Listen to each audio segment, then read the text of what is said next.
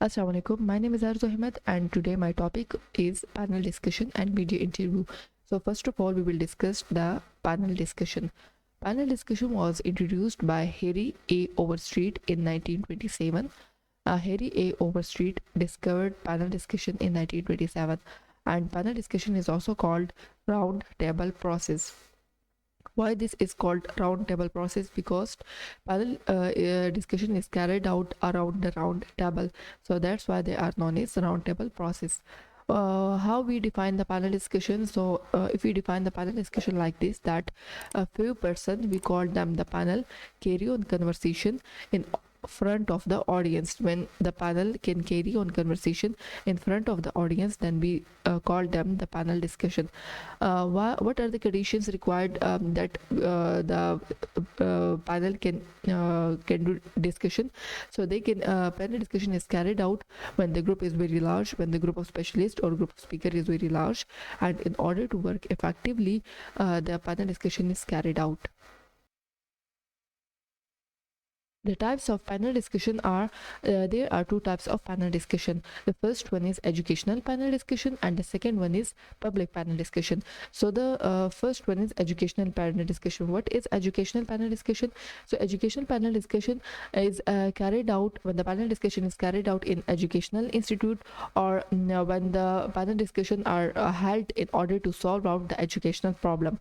So this is known as educational panel discussion. Means that that panel discussion is related to the educational field, while the second one is public panel discussion. So the panel discussion which can carried out in the public areas and which can carried out in order to solve out the public problems. So this is known as public panel discussion. What are the composition of panel discussion? What are members included in the panel discussion? So the first one is instructor. Are the responsibility of the instructor? So the responsibility of the instructor are that they should know about the topic of the panel discussion, and they must know that where this panel discussion is carried out and what are the timing of the panel discussion. So second one is moderator. We also call them the chair member of the chairperson of the panel discussion or chairman of the panel discussion. So what are the responsibility of the moderator? The moderator can maintain the relationship between the members, and he should also summarize the discussion and also arise the interest of the audience. The third one is panelist. What are the panelists? So panelist consists of a few person, and we call them the panel, and they must have the knowledge about the topic, and they should answer the question of the audience. The fourth member included in the panel discussion are the audience. So audience can the responsibility of the audience is that they can ask question about the topic, and they should clear their doubts related to their topic. So these four members are included in the panel discussion. Okay, what are the responsibilities of the chairman or chairperson? So chairperson or chairman or moderator can lead the panel discussion, so he has a lot of responsibilities. Some of them are: the first one is that he should know that all the participants included in this panel discussion are agree with the topic. The second one responsibility of the chairman is that he should know about the role of each participant, that what are the role of the each participant. The third one responsibility is the length of session, that he should know about the length of the session, that whether this session is long or short. He must know about the purpose of the panel, that for what purpose, for what type of problem this panel is held. Fifth one is he must monitor time, and the sixth one is that he should manage a question, that in such a short time how he can manage a question. The chair has the responsibility that he should signal the speaker that you has 1 minute to go mark and then stop mark. If a participant want to speak something, so he should signal that you have 1 minute to go mark, and then 1 minute is completed, then he has the responsibility that he should signal the speaker to stop mark.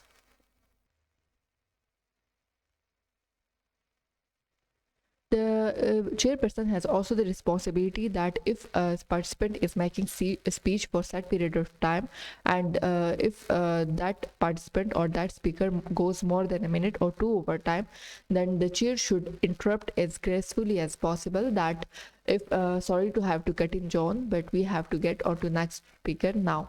With these words, he can interrupt the speaker or participant during the speech.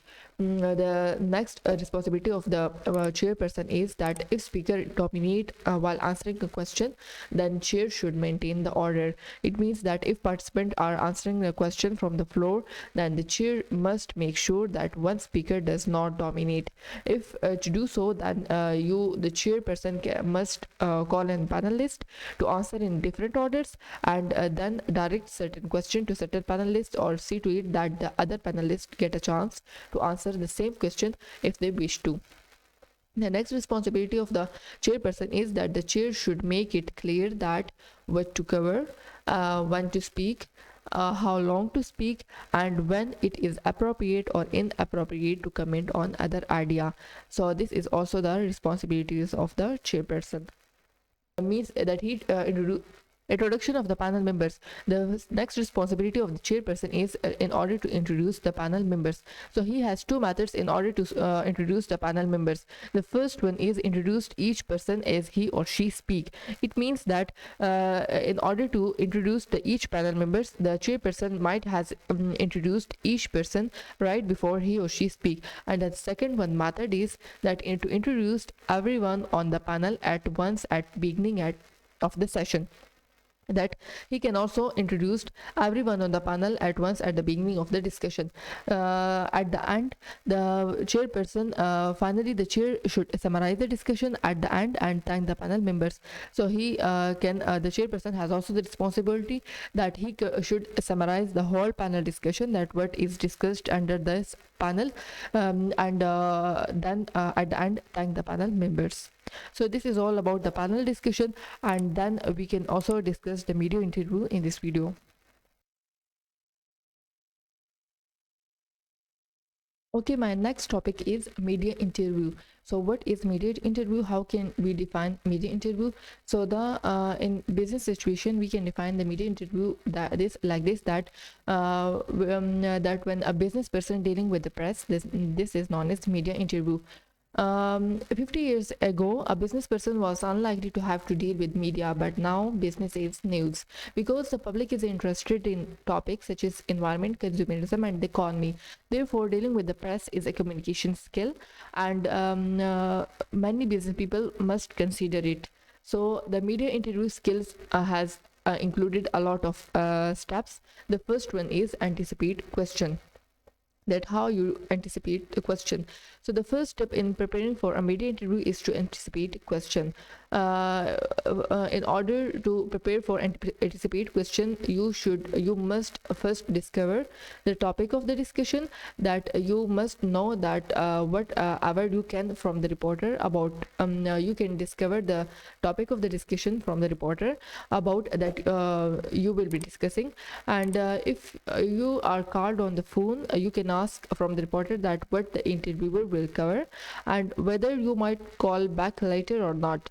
If they are speaking in a talk show, you might ask from the reporter that what areas we'll be discussing, and don't expect that from the reporters that he can give a list of a question written out in advance, and you can prepare yourself according to that.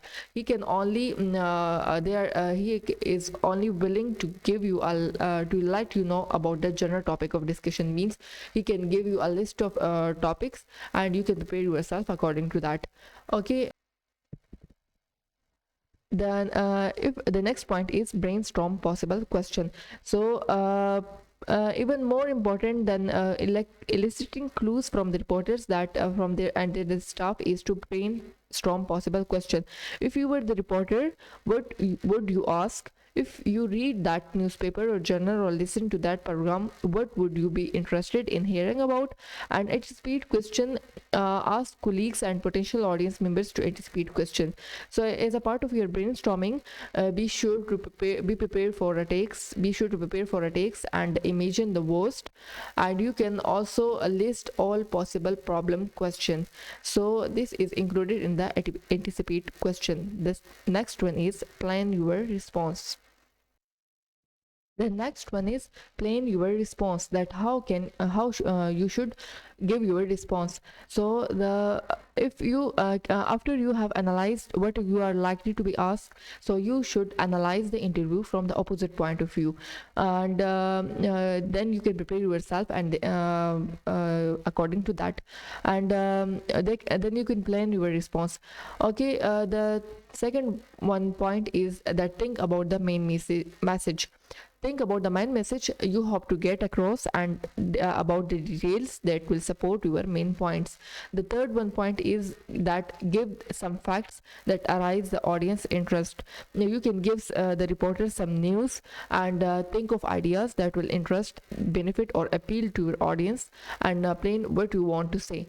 Okay, you can structure your main idea into effective answer for reduce, and this means that short crisp statements.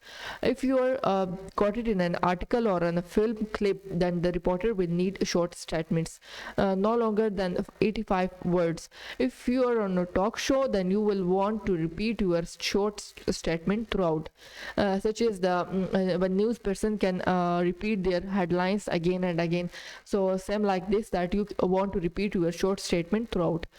Okay, in addition to structuring some snippet statements, you can advocate for your main idea. You can give some facts, and which can arise the audience interest. So for arising the audience interest, you should have two methods. The first one is anecdotes, which means stories, and the second one is statistics. So you can use three rules of thumb to make your statistic effective. That first, they should be easy to grasp. The first one is that they should easy to grasp. How the example is this, like that the latest Gallup poll shows that 78% of Americans agree with me on this issue. So your statistic is like that they should be easy to grasp. The second one is they should show broad trends.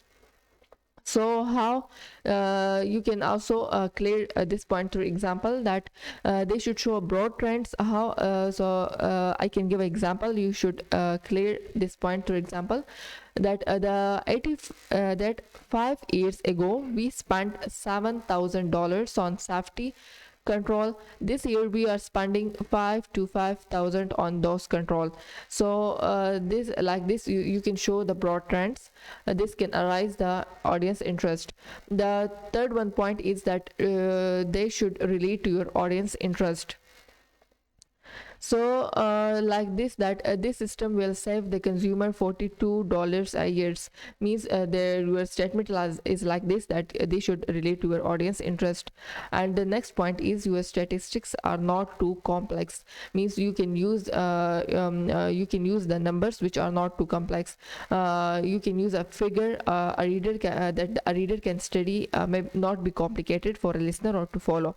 And do not use more than 2 statistics per sentence, such as like this, that 60% are for the bill, 10% against, not 60% are for the bill, including 75% of the city dwellers and 33% of the women, and 10% oppose it if services are cut more than 50%. So you should not add more than 2 statistics. You should add only 2 statistics. So in addition to appropriate statistics, you can also include some anecdotes, means stories.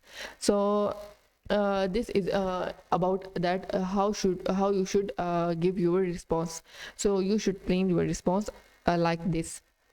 Is analyze to audience. So the two audience included, the first one is reporter and the second one is listener or reader. So what are the responsibilities of the reporters? So most of the reporters are serious, hardworking, and professional. What are their jobs? So their job is to find newsworthy stories that will interest their audience. And the third one is point is that they want to come up with something arousing and engaging. So the reporter has this type of responsibilities. And if we consider the individual reporter, then they should want to know that what do they know about you, and what do you represent to them, how do they perceive your expertise, and what do you know about their age, training and background, what are their opinion, interest, what are they likely to agree with, to disagree with, are they expert business reporters, or to general reporters for whom you may have to simplify and define terms. And the second one audience included in this is that listener or reader. So the second audience is reader or listener. So who are they? Middle America watching a general talk show, or specialist reading a technical journal. Means Middle America watching a general talk show, he can listen talk show, so he is a listener. Or general can reading a technical journal, so or specialist reading a journal, a technical journal, so he is a reader. So how he is interested in what type of question? So he is interested in this, that what do they know about you, your topic, your relationship to your topic. Once you have established their level of expertise, so then you can be sure to talk in terms what that they will understand. You can use that type of words that they will understand your points, your words, and don't use more complicated words. And unless you are dealing with colleagues or specialists, avoid business jargon or any terms your audience might not understand. Instead of saying that the B or D recommended product resegmentation to improve the ROI, you might say that the board of directors recommended will sell different products in order to increase our profit. Means the board of directors, which we mean that B or D. If we tell them that the B or D, then they can't understand that what this word pronounce, what is this word abbreviation. So you can say like this, that the board of directors recommended we sell different products in order to increase our profit. And finally, as in any communication, you tie your remarks to your readers or listener benefits. Why should they read or listen to what you have to say? If possible, then tie your message to their needs, solve problem your audience might be facing. One of the most prevalent problem business people have with the media is their inability to get across what they want to say. They simply react to the reporter question. In other words, that they fail to make the points they wanted to make, and then they blame the reporters. Usually it is their own fault, but they have been playing what is called the ping pong game. Means the reporters ask a question, they answer it. He asks another question, then they answer it. Back and forth the ball bounces, but the executive doesn't know how to squeeze in what he regards as his important points. So this is all about the how you can analyze the two audiences. So the next point is that using good non-verbal communication. The next point is that using good non-verbal communication. So in using non-verbal communication, this is an important aspect of media interview, that because remember this, that when you are on television, your audience is likely to remember that how you appear longer than they remember what you say. If you are not talking on the radio or by phone, then your voice is equally important as your body language. So in body language, the first one point is establish effective eye contact. If you are appearing on television, then you have two aspects of body language to keep in mind. First of all, the establish effective eye contact. Because the eye contact is one of your biggest advantage on television, so you can use it to its fullest. In general, if you look at the reporter or other panelist occasionally, so you can look directly into the camera. Imagine that a person is there with the red light on. As the red light on, you can look directly to the camera. You can imagine yourself that like this, that the person is there, you can see to it. The second one is that always assume you are on camera. Do not, for example, smack or pop your brow when someone else is talking, or you should avoid nodding unless you are agree with the point. So the second one point is the voice. You should use your voice effectively. Keep your volume appropriate, means not too aggressive, and dropping off in volume should avoid you which make your voice ineffective. You can maintain the appropriate rate, means avoid speeding up. If you get nervous or angry, avoid filler words and enunciate clearly. If you are using a microphone, then you must keep in mind four other voice techniques. The first one is that you should remember to speak conversationally, because as though you know that you are addressing a small group of people, so you should speak conversationally. The second one point is that you should speak into the microphone. You can keep your distance constant, which can vary from 2 to 20 inches. And the third one point is that you should control your breathing. You should avoid grasping or wheezing into the microphone. And finally, you should avoid unwanted sounds such as rattling your paper, drumming your fingers, and scraping your chair or jingling coins.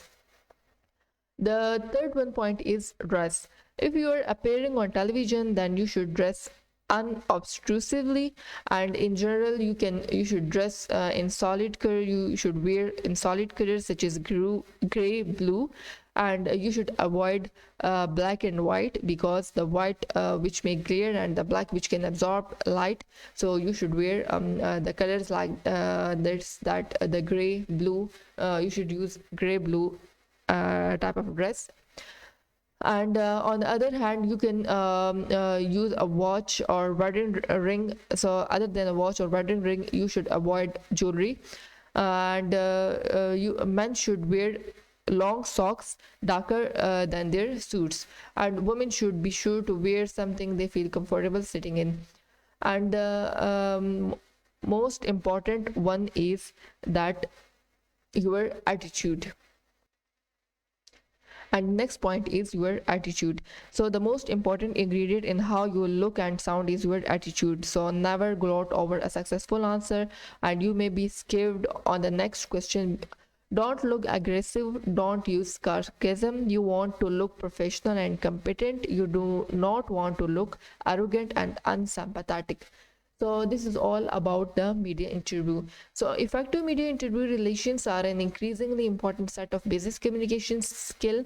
Think about these skills now, so when the time comes to use them, you will feel confident and in control. As you can see that the skills involved in holding meeting and answering questions are very different from those you use in presentation. So as a business communicator, you will be able to handle all of these kind of speaking situation. We will discuss the panel discussion and media interview in this video. So see you in the next video. Allah Hafiz.